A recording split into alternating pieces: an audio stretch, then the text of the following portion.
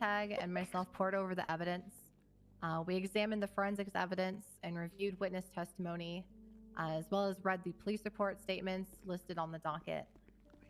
This case appears to be a very clear-cut instance of constructive possession of multiple hot guns, used in the homicide of Peachingle Dan. We reviewed the evidence with defendants Denzel Williams, El Saab, Keith Wanderlust, Fiona Stewart, who were all arrested with firearms that linked them to Chumash Pier and the site of Peachingle Dan's murder, where she was unceremoniously dragged and stuffed into a Crown Victoria. With defendant Haverford, questions arose when it came to the firearm that he had in his possession. Allegedly had in his possession. After reviewing evidence contained in People's A, which linked Haverford to the yellow building in which he was witness on top of, photographs and the evidence showed his blood DNA was cataloged in the People's A as being collected from the same rooftop.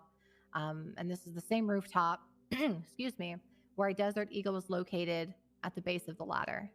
While the other defendants were in clear possession of a firearm that linked them to Peachingle Dan's homicide, this was just not the case for Lars Haverford. So we had to go ahead and separate the defendants in that regard. What? Beyond what we fucked! The firearm or the weapon is in your physical possession or in your vehicle, which also did not apply to Haverford. Regardless of this, though, the firearm in question did not have casings that matched the scene on Chumash Pier, so that point is moot. However, the prosecution was able to successfully prove today that all defendants, except for Haverford, who was wildly swinging bats at officers in Mirror Park, did engage in a firefight with officers at the gas station, and they were apprehended for it. Due to the overwhelming evidence, there was a lot of blood evidence, gunshot residue reports, casings, projectiles, photos, statements, witness testimony. After reviewing all of this, the courts will be finding the defendants guilty of all their possession charges. When it comes to the 5 times accomplice to attempted murder of an employee, the courts will also be finding them guilty. The evidence in this case was overwhelming, especially when it came to the scene in Mirror Park. Bingo! All defendants took part in the assault in Mirror Park and were arrested for it, so we are going to find them guilty. At this point, I will now hand it to my co-judge, Justice Ray Montag, for the verdict of first-degree murder. All right, this is a tricky one. Because essentially what was asserted by the defendants were 3 separate counts, or 3 separate affirmative defenses. These cleanly and clearly break into 3 separate categories. The first is a mistake of fact. This is based, a mistake of fact is generally speaking based on an honest and a John, I'm ready to run. The defendant had about a fact which undermines the I'm ready to run, baby. Or the intent surrounding the crime. In this particular instance, the defense argues that it was a simple case of mistake, Your Honors. We thought that Peachingle Dan, a young woman who was wearing a red jumper and a bear mask, was in fact a 600-pound Kodiak bear that we are best friends with. This court does not believe there's a reasonable mistake as to the identity of the victim.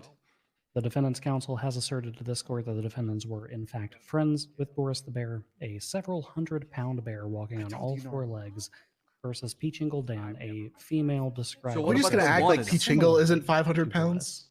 She's pretty fat. She was not in a mechanical bear suit. She was not even dressed to the degree a mascot at a high school football game would be. This was a young woman in a tracksuit and a bear mask that is found commonly at all stores in Los Santos. We, as a judiciary, refuse to open the door to a reasonable belief that an individual who is wearing a mask is actually an animal. That's ridiculous, and defense counsel should feel ashamed for even positing that before this court. But they confused in person for an animal earlier. The second articulated defense is one of reasonable reliance.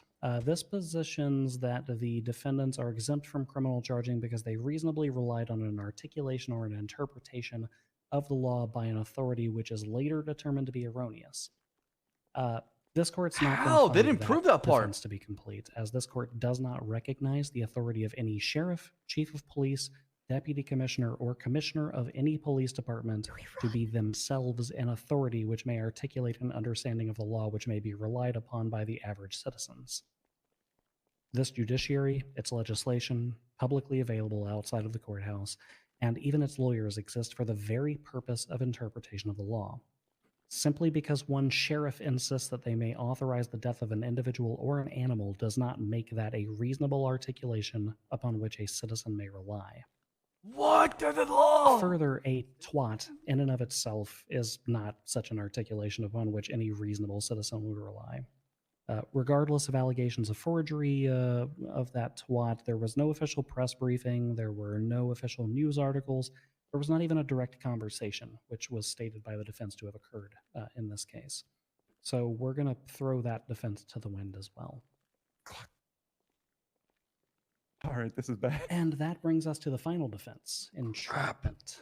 Very cleanly and concisely put by the defense during their closing argument and not a moment before.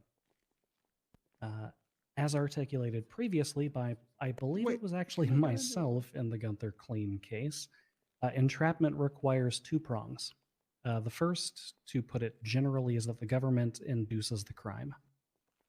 Simple creation of an opportunity is not enough to satisfy this element. There must be some sort of force or persuasion that actually creates the opportunity for this crime to exist. $1 million is In this case, and this is the first time of any of the 4 judges that I polled.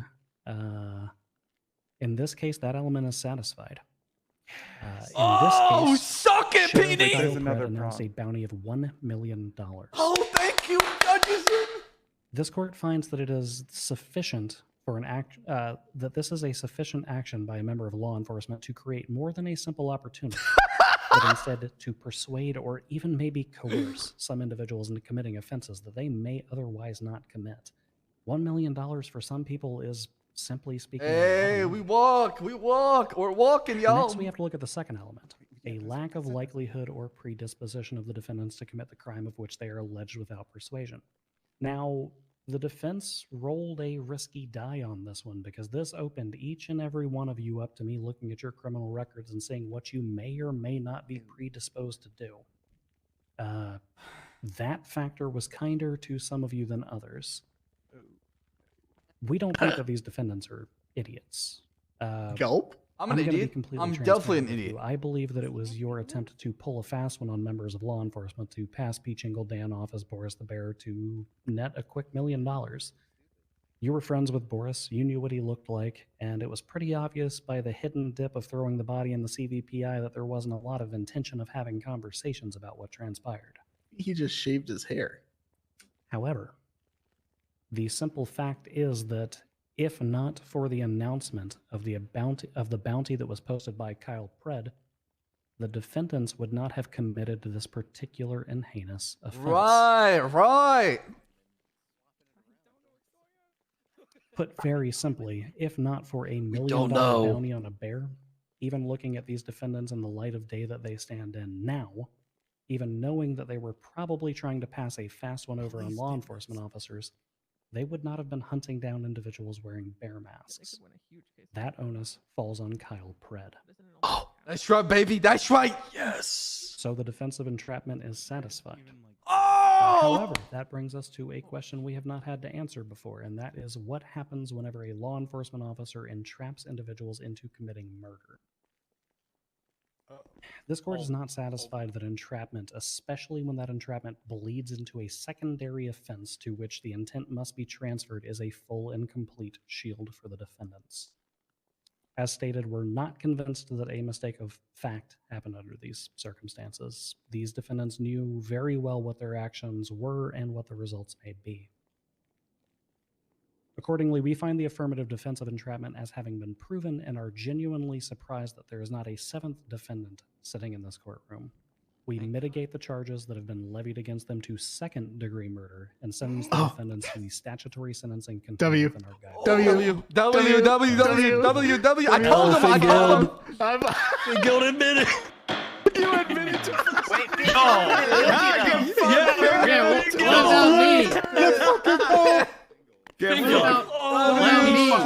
go. You're going to jail, Your Honor, motherfucker. Fingeld pleaded guilty, though. Yeah, I pled guilty. Please give Fingeld the death penalty. Give him a death penalty, please. Please give him. Give him the Wrap up Peach Ingle electric special. chair. Yo, that's crazy. Epic W. No, Finkild, you get to live Maybe, but another not day. forever. That is if you survive the several hundred months in prison that you do have to spend there. Here's the thing, Sam. What Your is charge is man? mitigated down to second degree along with everybody else. Damn, also that's hit the gavel gangster. after That you is guys gangster right there. hit the gavel. That's I hit the gangster. gavel. An additional 500 months for Fingild. Thank you, Your Honor. Oh shit.